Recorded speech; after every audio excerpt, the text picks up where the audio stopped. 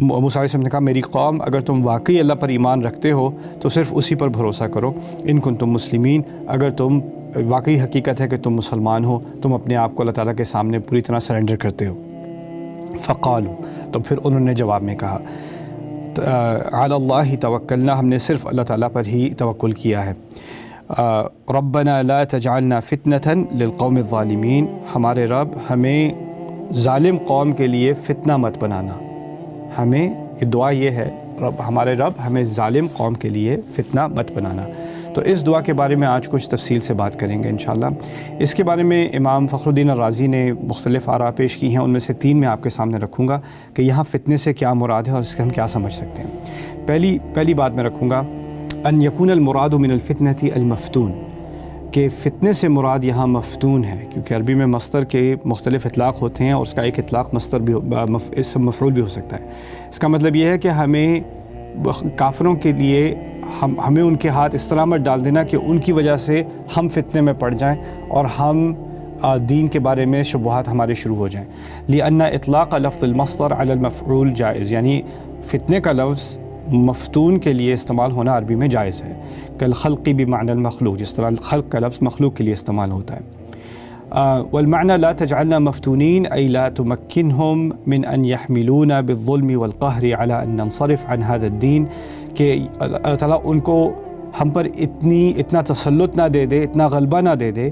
کہ وہ ہمارے اوپر اتنے ظلم ڈھائیں اور اتنا ہمارے اوپر بھاری ہو جائیں کہ ہم اس دین کو چھوڑنے کے لیے آمادہ ہو جائیں۔ عن هذا الدين الحق الذي قبلناه، یہ سچا دین جس کو ہم نے مان لیا ہے۔ وهذا التأويل متأكد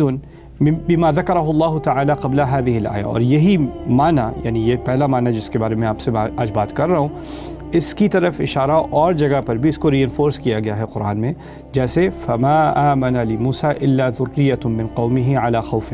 کہ موسیٰ علیہ السلام کی قوم میں سے اکثریت نے ان پر ایمان لانے سے انکار کیا صرف خوف کی بنیاد پر، من فرعون و ملئہ ان یفتنہم، کس چیز کے خوف سے؟ فرعون کے اور اس کے جنرلز، اس کے جو لیڈرز تھے، ان کے خوف سے کہ وہ ان کو فتنے میں ڈال دے گا۔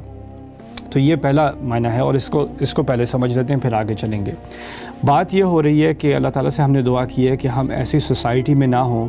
جہاں لوگ ہمارے لیے دین پر رہنا، مسلمان ہونا، مسلمان لگنا، اپنا اللہ تعالیٰ کی عبادت کرنا، یہ صرف ہماری شناخت کا حصہ بھی ہو اسلام، وہ اتنا مشکل بنا دے کہ ہمیں دین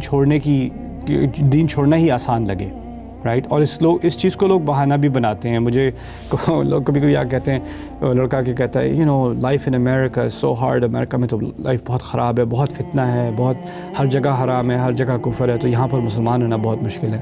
میں نے کہا ہم بھی رہتے ہیں، تم بھی رہتے ہو کوئی ایسی مشکل نہیں ہے، یہ چوائسیز ہیں۔ اس کی بات نہیں ہو رہی کہ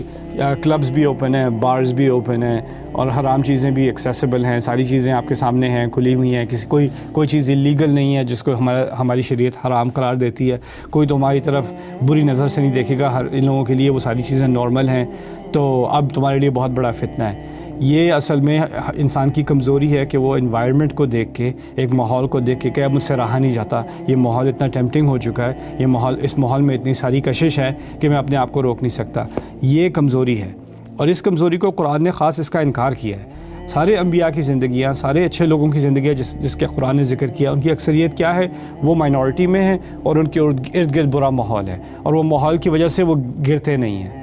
اصل میں جو ریزسٹنس ہو رہی ہے قرآن کے اندر اور جو لوگوں کو فتنے میں ڈالا جا رہا ہے، وہ یہ ہے کہ نہ صرف یہ کہ آپ اس ماحول کو اوائڈ کرتے ہو اور آپ ان بری چیزوں میں پڑھتے نہیں ہو، بلکہ وہ لوگ اب آپ پر ظلم کرنا شروع ہو گئے ہیں کہ آپ پڑھتے کیوں نہیں ہو، آپ ان کی طرح کیوں نہیں بن جاتے۔ اصحاب الکہف کا قصہ لے لیں، وہ یہ مسئلہ نہیں تھا کہ ان کے ارد گرد بے حیائی تھی اور شراب تھی اور شرک تھا، اور وہ تو چیزیں تھیں، لیکن انہوں نے جب ان چیزوں کا انکار کیا اور ایک ہی رب کو مانا، تب انہوں نے اپنی سوسائٹی کو افینڈ کیا، تو ان کی سوسائٹی ان کے پیچھے پڑ گئی۔ یہ ہے ربنا لا تجعلنا فتنة للذین ظلموا۔